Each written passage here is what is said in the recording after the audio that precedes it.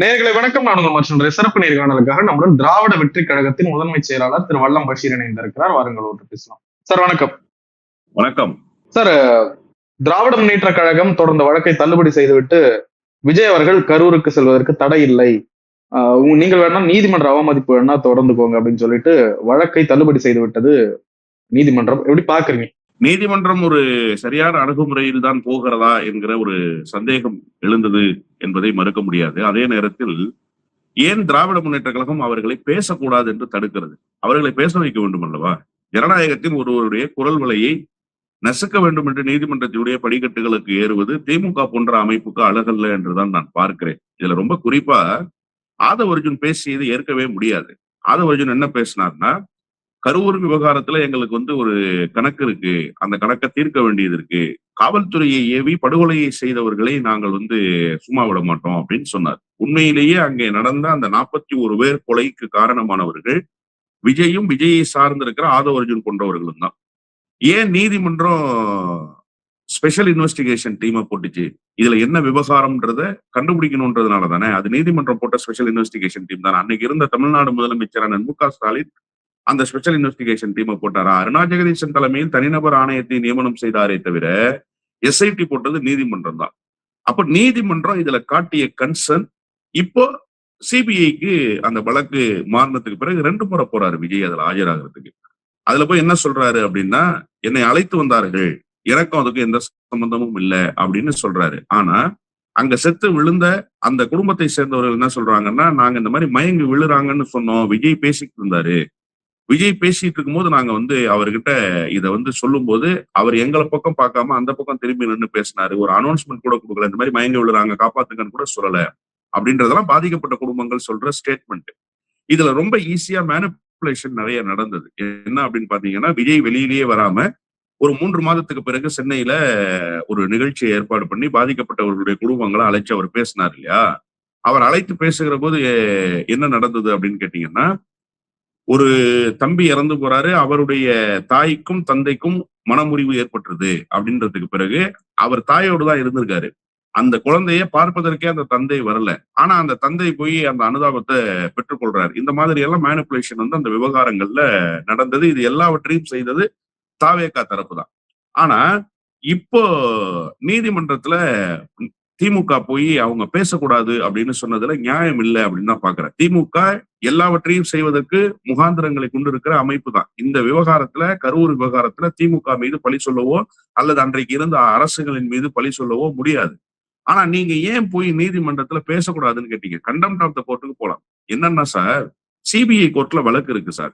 CBI கோர்ட்ல வழக்கு இருக்கும்போது ஏற்கனவே சொன்ன சாட்சியங்கள் யாருடைய சாட்சியங்கள்? புஷி ஆனந்தினுடைய சாட்சியங்கள், அதே போல ஆதவ அர்ஜுனுடைய சாட்சி.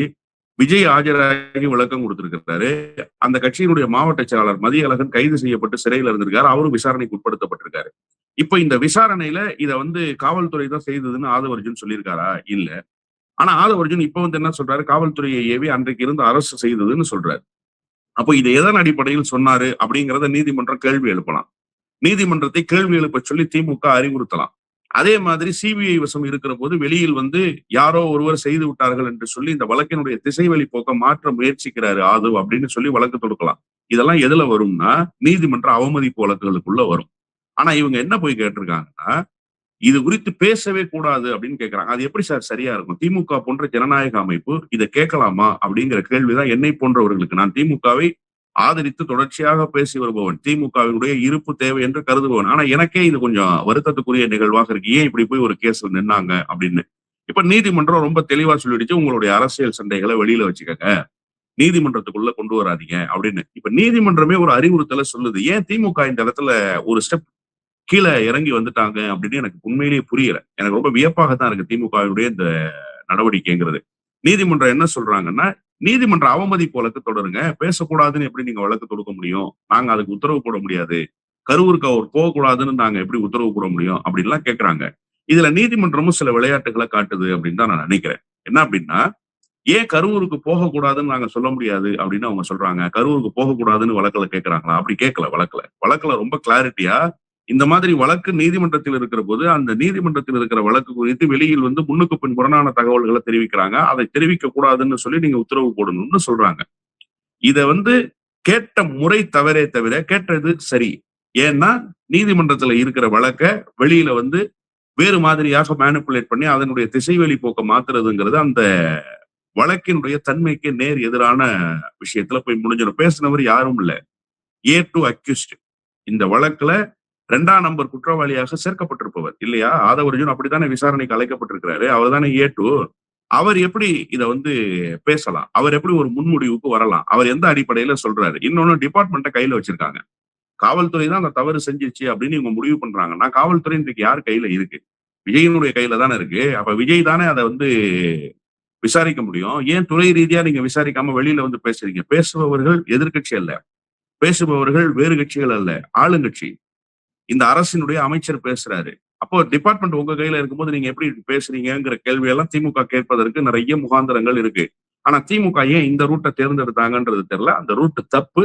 அதை நீதிமன்றம் குட்டு வைத்து திமுகவுக்கு திருப்பி பதில் சொல்லிடுச்சு அப்படின்னு தான் நான் பாக்குறேன். திமுக நீதிமன்ற அவமதிப்பு வழக்கு தொடுக்கணும். அதுதான் ரொம்ப சரியான அணுகுமுறையாக இருக்கும். கரூர்ல போய் விஜய் பேசணும் சார். பேச வேணாம்லாம் விஜய் எப்படி சொல்ல முடியும்? அவர் இந்த நாட்டினுடைய முதலமைச்சர் இல்லையா?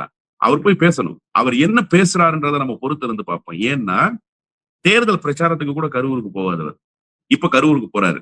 அப்ப கரூருக்கு எதுக்காக போறாரு? இன்னொன்று, ரொம்ப முக்கியமான கேள்வியை திமுக கேட்கணும். ஏன் திமுக இந்த கேள்வியை கேட்கல? இறந்து போனவர்களுக்கு அரசு வேலை தருவதாக தகுதி அடிப்படையில் ஒரு அறிவிப்பு வெளியிடப்படும் என்று எதிர்பார்க்கப்படுது. அது எப்படி சார் சரியா இருக்கும்? எப்படி சரியா இருக்கும்? நீங்க இழப்பீடு உங்க கட்சி சார்பில் கொடுங்க. உங்க கட்சி கூட்டத்துக்கு வந்தவர்கள் அவர்கள், உங்களை பார்க்க மடிந்து போனவர்கள் அவர்கள், அவர்களுக்கு அரசு சார்பில் எப்படி உதவி செய்ய முடியும்னு கேட்கிறேன். எந்த அடிப்படையில் அரசு உதவி? இப்ப ஒரு பொதுவான நிகழ்வு நடந்துருச்சு அப்படின்னு சொன்னா அதுல ஒரு நியாயம் இருக்கு. அல்லது இந்த தீயணைப்புத்துறை, காவல்துறை மாதிரியான டிபார்ட்மெண்ட்ஸ்ல ஒர்க் பண்ற ஆபீசர்ஸ் ஏதாவது வழக்குக்காக அல்லது யாரையாவது காப்பாற்றுவதற்காக போய் மடிந்து போயிருக்காங்க அப்படின்னு சொன்னா அவங்களுக்கு அரசு வேலை வழங்குறதுல ஒரு நியாயம் இருக்கு. விஜயை பார்க்க அதில் நசுங்கி செத்து போனவர்களுக்கு நீங்க அனுதாபம் தெரிவிங்க. உங்க கட்சி நிதி 10 லட்சம் கொடுங்க. அவங்க குடும்பங்களை நாங்க வாழ்நாள் முழுக்க காப்பாற்றுறோம்னு சொல்லுங்க. அதெல்லாம் சரி. அரசு வேலை எந்த அடிப்படையில் நீங்க கொடுக்குறீங்க? அப்ப அரசு பணியாளர் தேர்வாணையம் எதுக்கு இருக்கு? எக்ஸாம்ஸ் எழுதி எதுக்காக வெயிட் பண்றாங்க? கோட்டா எதுக்கு? மெரிட் எதுக்கு? இவ்வளவு விஷயங்கள் இருக்க, இடஒதுக்கீடு எதுக்கு? இதெல்லாம் இல்லாம விஜய் கூட்டத்துக்கு நசுங்கி யாராவது தன் குடும்பத்துல செத்து போனா அவங்களுக்கு அரசு வேலை கிடைச்சிடும். என்ன சார் இது? அரசு என்ன நீங்கள் எப்போது வேண்டுமானாலும் வளைத்துக் கொள்கிற ஒரு இயந்திரமா? அரசு என்பது எல்லோருக்குமானது இல்லையா?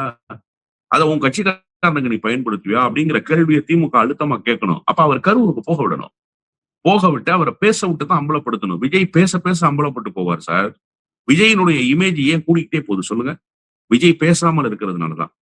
விஜய ஒரு ஜெயலலிதா பாணி அரசியலுக்குள்ள கொண்டு போயிட்டாங்க. நினைச்ச நேரத்துல நினைச்ச மாதிரி எல்லாம் பார்க்க முடியாது. அவர்களுடைய 2ஆம் கட்ட தலைவர்கள் முடிவு பண்ணுவாங்க, அல்லது விஜயே முடிவு பண்ணுவார். இது ஜெயலலிதா பாணி அரசியல். அப்ப ஜெயலலிதா பாணி அரசியலுக்குள் இருக்கிறவரை நீங்க எப்படி இந்த நாட்டு மக்களுக்கு அம்பலப்படுத்துவீங்க? பேச வச்சுதான் அம்பலப்படுத்தணும். பத்திரிகையாளர்களை சந்திக்க வச்சுதான் அம்பலப்படுத்தணும். அப்ப அவர் பேசுறதுக்கு வரேன்றார், பேச விடுவோம். என்ன பேசுறாருன்னு பார்க்கலாம் இல்லையா? இதே கரூருக்கு விஜய் என்ன பேசிட்டு போனாரு? போனதற்கு பிறகு நடந்த மரணங்கள் எப்படி? ஏன் அந்த மரணங்களை திரும்பி கூட பார்க்காமல் ஓடோடி போனாரு? அந்த உடல்களை அடக்கம் செய்வதற்கு விஜய் வந்திருக்கணுமா வேணாமா? நியாயமா தானே சார்? ஒரு தலைவரை பார்க்க இறந்து போயிட்டாங்க சார் 41 பேரு. அன்றைக்கு முதலமைச்சராக இருந்தாங்க மு.க. ஸ்டாலின் விமானம் ஏறி பிடிச்சு உடனே இறங்குறாரு. ஏன் இறங்குறாரு? இந்த நாட்டினுடைய முதலமைச்சர் என்கிற நிலையிலிருந்து வர்றாரு. அமைச்சர் பெருமக்கள் ஸ்பாட்டுக்கு உடனே வர்றாங்க. ஏன் வர்றாங்க? அவர்களுக்கு தார்மீக பொறுப்பும் கடமையும் இருக்குன்னு வர்றாங்க. இந்த சம்பவத்தினுடைய சூத்திரதாரி யாரு? இந்த சம்பவத்துக்கு எல்லாமுமாக இருந்தவர் யாரு? சரி, ஓகே, விஜய் தான் வரல. விஜயின் சார்பில் ரெப்ரசன்டேஷன் எங்க போனாங்க?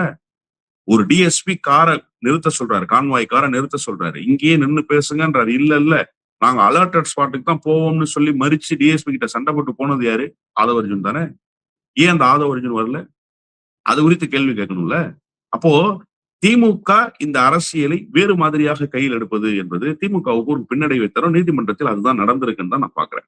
விஜய் அவர்கள் அரசு வேலை தருவதை சிலர் மறைமுகமாக விமர்சிக்கிறார்கள். சாட்சியை கலைக்கிறதுக்கு இப்படி பண்றாரு, அது மாதிரிலாம். இதெல்லாம் ரொம்ப மோசமானதா தெரியலையா? நிறைய இடங்கள்ல விபத்து நடக்குது. சில இடங்கள்ல இந்த மாதிரியான அசம்பாவிதங்கள் நடக்கும்போது அரசு பணிகள் வழங்குவது நம்ம பார்த்துக்கோம் கடந்த காலங்கள்லயே. அதுல ஒன்னா இதை கருத முடியாதா? சாட்சியை கலக்கும் முயற்சியா இதை எடுக்கணுமா? இல்ல சார். அதாவது பொதுவான விபத்துகள்னு ஒண்ணு இருக்கு. இப்ப பெரிய கோயில்ல கும்பாபிஷேகம் பண்ணாங்க தஞ்சாவூர்ல. ஒரு 96 to 2001 கலைஞர் கவர்மெண்ட் இருக்கும்போது. அப்ப அதுல தீ விபத்து ஏற்பட்டு போய் பலரும் உயிரிழந்தாங்க. மூச்சு முட்டி கொஞ்சம் பேர் இறந்து போனாங்க. மூச்சு திணறல் காரணமாக. சில பேர் தீ விபத்துல சிக்கி இறந்து போனாங்க. இறந்தவர்களுடைய குடும்பத்துக்கு 5,00,000மோ, காயமுற்ற குடும்பத்துக்கு 1,00,000 கொடுத்தார் கலைஞர். அது ஒரு பொது நிகழ்வுக்கு வந்து ஏற்பட்ட விபத்து. அதே மாதிரி தீ விபத்துகள், பொதுவான விபத்துகள், இந்த மாதிரியான இடங்கள்ல உயிரிழந்தவர்களுக்கு நான் சொன்னது போல காவல்துறை மாதிரி, தீயணைப்புத்துறை மாதிரி இப்படி இறந்து போனவங்களுக்கு அவர்களுடைய குடும்பங்களுக்கு இழப்பீடு, அரசு வேலை தருவதுல ஒரு நியாயம் இருக்கு. இங்க கட்சி நிகழ்ச்சிக்கு வந்திருக்காங்க. கட்சி நிகழ்ச்சிக்கு விஜயை பார்க்கறதுக்கு வந்தாங்க. நசுங்கி இறந்து போயிட்டாங்க. மூச்சுத்திணறல் ஏற்பட்டு இறந்து போயிட்டாங்க. கட்சி நிதியை தானே கொடுக்கணும். இதற்கு முன்பு பல உதாரணங்கள் இருக்கு சார் தமிழ்நாட்டுல. திமுக, அதிமுக, காங்கிரஸ், பிஜேபி இப்படி எல்லா கட்சியும் நீங்க எடுத்துக்கங்க. தங்களுடைய நிகழ்வுகளுக்கு வந்துவிட்டு திரும்புகிறவர்கள் சாலை விபத்துல இறந்து போடுவாங்க. தங்களுடைய மாநாடுகளுக்கு வந்துவிட்டு திரும்புபவர்கள் இறந்து போடுவாங்க. அதுக்கு யார் அந்த பணத்தை கொடுப்பா? இழப்பீட்டை யார் கொடுப்பா? அந்த குடும்பங்களுடைய கல்வி செலவை, அன்றாட செலவுகளை யார் ஏற்பா? கட்சி ஏற்கும். கட்சி ஏற்கும் சார். மாரடைப்பு ஏற்பட்டுரும் சார். பொதுக்கூட்டத்துல பேசிட்டு இருப்பார் சார் தலைவரு. கீழே மாரடைப்பு ஏற்பட்டுரும் சார். மாரடைப்பு ஏற்பட்டு இறந்து போயிடுவாங்க சார். அப்போ கட்சி தான் சார் கொடுக்கும் அந்த குடும்பத்துக்கு. அது எப்படி சார் ஒரு அரசு கொடுக்க சொல்லி சொல்ல முடியும்? 41 குடும்பங்களுக்கு அரசு உதவி செய்ய வேண்டிய கட்டாயம் எங்கிருந்து வருது? அரசு வேலை வாய்ப்பு கொடுக்க வேண்டிய கட்டாயம் எங்கிருந்து வருது? அப்போ இதற்கு உள்நோக்கம் இருப்பதாகத்தானே நீங்க பொருள் கொள்ளணும். கண்டிப்பாக உள்நோக்கம் இருக்கு. இப்ப நான் சொன்னேன் இல்லையா, ஒரு குழந்தை இறந்து போது தாயாருக்கும் தந்தையாருக்கும் மனமுறிவு ஏற்பட்டது. இவங்க தந்தையாரை கூட்டு போய் அந்த அனுதாபத்தை பெற வைக்கிறாங்க. அந்த குழந்தைக்கும் அவருக்கும் சம்பந்தமே இல்லை. அவர் அந்த குழந்தையே வேணான்னு சொல்லிட்டு போறவரு. அவரை கூட்டு போய் நீங்க வந்து சமாதானம் சொல்றீங்க, ஆறுதல் மொழி சொல்றீங்கன்னா இதுக்கு பேர் என்ன? அப்ப ஏதோ ஒரு வகையில் இந்த வழக்கை எப்படியாவது மேனிபுலேட் பண்ணி இந்த பாதிக்கப்பட்ட குடும்பங்கள்லாம் எங்க கூட தான் இருக்காங்கன்னு நீங்க சொல்ல வைக்கிறீங்க இல்லையா? இதுவே சாட்சியை கலைக்கிற வேலைதான்ற நான். சாட்சியை கலைக்கணும்னா சாட்சி சொல்லாம கலைக்கிறது மட்டும் இல்ல, பிறல் சாட்சியாக மாத்துறது மட்டும் இல்ல, இந்த வழக்கினுடைய திசைவெளி போக்க மாத்துறது இருக்குல்ல, அதுவே சாட்சி கலப்பு நடவடிக்கையாகத்தான் நீங்க பொருள் கொள்ளணும். அப்போ இந்த வேலையை நீங்க செய்யறது, அரசு வேலையை கொடுக்கறது அப்படிங்கிறது அந்த சாட்சிகளை கலைக்கிறதாகத்தானே. அவர்களை ஒரு சைலண்ட் மோடுக்கு கொண்டு வர்றதுக்கு. இப்ப ஒண்ணு வேணாம், அரசு வேலைன்னு நீங்க சொல்லிட்டீங்க சார். அந்த குடும்பங்களுக்குள்ள ஒரு மகிழ்ச்சி இருக்கும். இங்க பாருங்க, நீங்க அரசு வேலை வாங்கணும்னா இந்த விபத்துக்கு இப்படியெல்லாம் நடந்தது அப்படின்னு சொல்லி போலீஸ் வந்து நடத்துச்சுன்னு சொன்னாதான், அல்லது போலீஸ் வந்து எங்களை நெருக்குனது காரணமாகத்தான் நாங்க வந்து இந்த மாதிரி ஒரு சூழலுக்கு தள்ளப்பட்டோம்னு சொன்னா மட்டும்தான் இது அரசு செய்த தவறுன்னு இந்த அரசு வேலையை உங்களுக்கு உறுதிப்படுத்தி கொடுக்க முடியும்னு யாரோ ஒருத்தர் அரசு தரப்புல வந்து சொல்றாருன்னு வச்சுக்கோங்க. உதாரணமா வச்சுக்கோங்க. அப்படி ஒரு சம்பவம் நடக்கலாம் அப்படிங்கிற அனுமானம் தான். அப்படின்னா அந்த குடும்பங்கள் என்ன செய்யும்? அரசு வேலையை பெறுவதற்காக அவங்க என்ன சொல்றாங்களோ அதை செஞ்சிருவாங்க இல்லையா? அப்போ இவங்களுக்கு என்ன தேவை இருக்கோ அந்த தேவை அந்த அரசு பணி ஆணையின் மூலமாக கிடைக்கப்பட்டுரும் இல்லையா? அப்ப அதுக்கு பேர் என்ன? என்ன சார் நோக்கம்? சரி, ஓகே, உண்மையிலேயே விஜய்க்கு அப்படி ஒரு எண்ணம் இருக்குமே ஆனால், அந்த பாதிக்கப்பட்ட குடும்பங்களுக்கு ஏதாவது செய்யணும்னு நினைச்சிருப்பாரே ஆனால், அரசு வேலை தரணும்னு நினைச்சிருப்பாரே ஆனால், ஏன் தேர்தல் பிரச்சாரத்துல இதை நீங்க அறிவிக்கலாம் தானே? நீங்க ஆட்சிக்கு வந்துருவீங்க, கான்பிடென்டா இருங்கன்னு சொன்னீங்கல்ல. அந்த கான்பிடென்ட்டோட நீங்க அப்பவே நான் ஆட்சிக்கு வந்ததற்கு பிறகு 41 குடும்பங்களுக்கு அரசு பணி நியமன ஆணையை வழங்குவேன் சொல்லியிருக்கலாம்ல. சொன்னீங்களா? சொல்லல. அப்ப இப்போ திடீரென உங்களுக்கு எங்கிருந்து வந்தது இந்த ஞானோதயம்? எதன் அடிப்படையில் வந்தது இந்த ஞானோதயம்? அப்படித்தானே பார்க்கணும் அத. அப்ப நிச்சயமாக சாட்சியை கலைப்பதற்காக இவர்கள் ஏதோ ஒரு வேலையை செய்கிறார். ஏன்னா இவங்க ட்ராக் ரெக்கார்டு அப்படி இருக்கு. தமிழ்நாட்டுக்கு புதிதாக குதிரை பேரத்தை அறிமுகப்படுத்தியவர்கள், எல்லாவற்றையும் கொள்ளைப்புறமாகவே செய்து பழக்கப்படுகிறவர்களாக இருக்கிறார்கள். எனவே இவர்கள் இத்தகைய முயற்சியில் ஈடுபட்டிருக்கிறார்களோ என்கிற சந்தேகம் எழுது. அரசு பணி நியமன ஆணை வழங்கக்கூடாது சார். அது தப்பு சார். தவறான முன்மாதிரி. அரசு வேலை எப்படி கொடுக்கலாம் அந்த குடும்பத்துக்கு? அவர்களுக்கு நிவாரணம் கொடுங்க. உங்க கட்சி சார்புல கொடுங்க. அதுதான் சரியா இருக்கும். அந்த குடும்பங்களினுடைய செலவுகளை ஏற்றுக்கங்க. உயிரிழந்தவர்களுடைய பிள்ளைகளுக்கு எதிர்காலத்தை உருவாக்கி கொடுங்க. அதெல்லாம் உங்க கட்சி சார்புல செய்யுங்க. நீங்க செய்யுங்க. அரசு செய்யாது. அரசுக்கு அப்படி ஒரு தேவை இல்லை. உயிரிழந்தவர்கள் எல்லோரும் உங்களை பார்க்க வந்து உயிரிழந்தவர்கள். அரசு எப்படி அதுக்கு பணம் கொடுக்கும்? அரசு எப்படி அதுக்கு வேலை கொடுக்கும்? அதெல்லாம் செய்யாது. அப்ப அது செய்யுதுன்னா இந்த அரசு யாருடைய இந்த அரசு யாரோ ஒருவரினுடைய அழுத்தத்துக்கு ஆட்படுதுன்னு அர்த்தம். இந்த அரசு எல்லாவற்றுக்கும் வளைந்து கொடுத்து போகுதுன்னு அர்த்தம். அதுக்கு அனுமதிக்க முடியாது. அது தவறான முன்னுதாரணம். நிறைவா ஒரு கேள்வி சார். தொழில்துறை அமைச்சர் கீர்த்தனா அவர்கள் சமீபத்துல ஒரு பள்ளியில ஒரு மாணவி கிட்ட நடந்து கொண்ட விதம் கடுமையான விமர்சனத்தை கிளப்பி இருக்கிறது. நீங்க எப்படி பாக்குறீங்க அந்த சம்பவத்தை? அதாவது அரசு பள்ளிகளில் குழந்தைகளை போய் ஒரு அமைச்சர் இப்படி கேட்கறது அப்படிங்கிறது, கேட்க சொல்லுங்க அப்படிங்கிறது ஒரு தவறான அணுகுமுறை தான். இன்னொன்று, நீங்க ஒரு இன்ஃபீரியாரிட்டி காம்ப்ளெக்ஸ் வந்து அந்த பசங்க கிட்ட உருவாக்க கூடாது. ஏற்கனவே தனியார் பள்ளிகளை போல அரசு பள்ளிகள் செயல்படலையோ அப்படின்னு ஒரு பார்வை இருக்கு இல்லையா? அதை இன்னும் கொஞ்சம் என்ஹான்ஸ் பண்ணி விடுறீங்க. அதை இன்னும் கொஞ்சம் நீங்க மெருகேற்றி விடுறீங்க. அரசு பள்ளிகள் எல்லா விதத்திலும் சிறந்து இயங்குகிறது. இப்ப நீங்க ஒரு தனியார் பள்ளியில போய் இதை கேட்பீங்களா? சரி, கேட்டவர் யாரு? பள்ளிக்கல்வித்துறை அமைச்சரா? தோழர் ராஜ்மோகன் போய் இதை கேட்டு இருந்தா கூட ஒரு நியாயம் இருக்கு. அவர் வந்து அந்த பள்ளிகளினுடைய கட்டமைப்பை ஆய்வு செய்யறாரு, தரத்தை வந்து மதிப்பிடுறாரு அப்படின்னு நீங்க சொல்லலாம். தொழில்துறை அமைச்சருக்கு பள்ளிக்கூடத்துல என்ன வேலைன்னு கேட்கிறேன். தொழிற்சாலைகளை போய் ஆய்வு செய்யுமா? நீங்க என்னமா பள்ளிக்கூடத்துல போய் என்னமா ஆய்வு பண்றீங்க? உங்க டிபார்ட்மெண்ட்டே கிடையாதுமா அது. எங்க போனீங்க நீங்க? சரி, கேட்ட விதம் முதல்ல சரியா?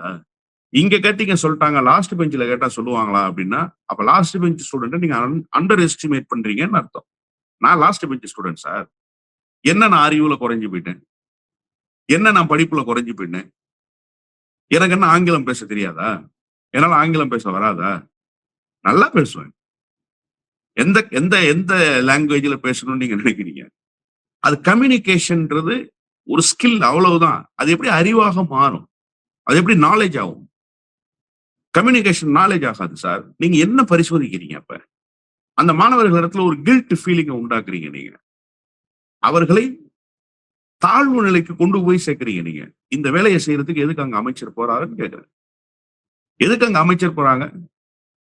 என்ன பரிசோதிக்க போனீங்க? நீங்க கல்வி தரத்தை பரிசோதிக்க போனீங்களா? அல்லது மாணவர்கள் இடத்துல போய் அவங்களுக்கு ஒரு கில்ட் ஃபீலிங் உண்டாக்குறதுக்காக போனீங்களா? தாழ்வு மனப்பான்மை உண்டாக்குறதுக்காக போனீங்களா? அது ஒரு தப்பு இல்லையா? அதை வேற நியாயப்படுத்துறாங்க அந்த அம்மா. நானும் வந்து கவர்மெண்ட் ஸ்கூல் ஸ்டூடெண்ட் தான், எனக்கு அந்த இதெல்லாம் தெரியும் அப்படின்றாங்க. மேடம், இங்க பிரச்சனை கவர்மெண்ட் ஸ்கூலா பிரைவேட் ஸ்கூலான்றது இல்ல, உங்களுடைய அணுகுமுறை ரொம்ப தப்பு. இது மாதிரி ஏற்கனவே நிர்மலா சீதாராமனை தமிழ்நாட்டுல பார்த்திருக்கோம். இன்னொரு நிர்மலா சீதாராமனை தமிழ்நாட்டுக்கு நாங்க உருவாக்க விரும்பல. அதுக்கு நீங்க தயாரானீங்கன்னா நாங்க தயாராக மாட்டோம். அவர் செய்தது கண்டிக்கத்தக்கது. அது ஏற்புடையதல்ல. ஒருபோதும் அதை ஏற்க முடியாது. நிறைய விஷயங்களை பகிர்ந்து முடியும். நம்ம நன்றி. நன்றி.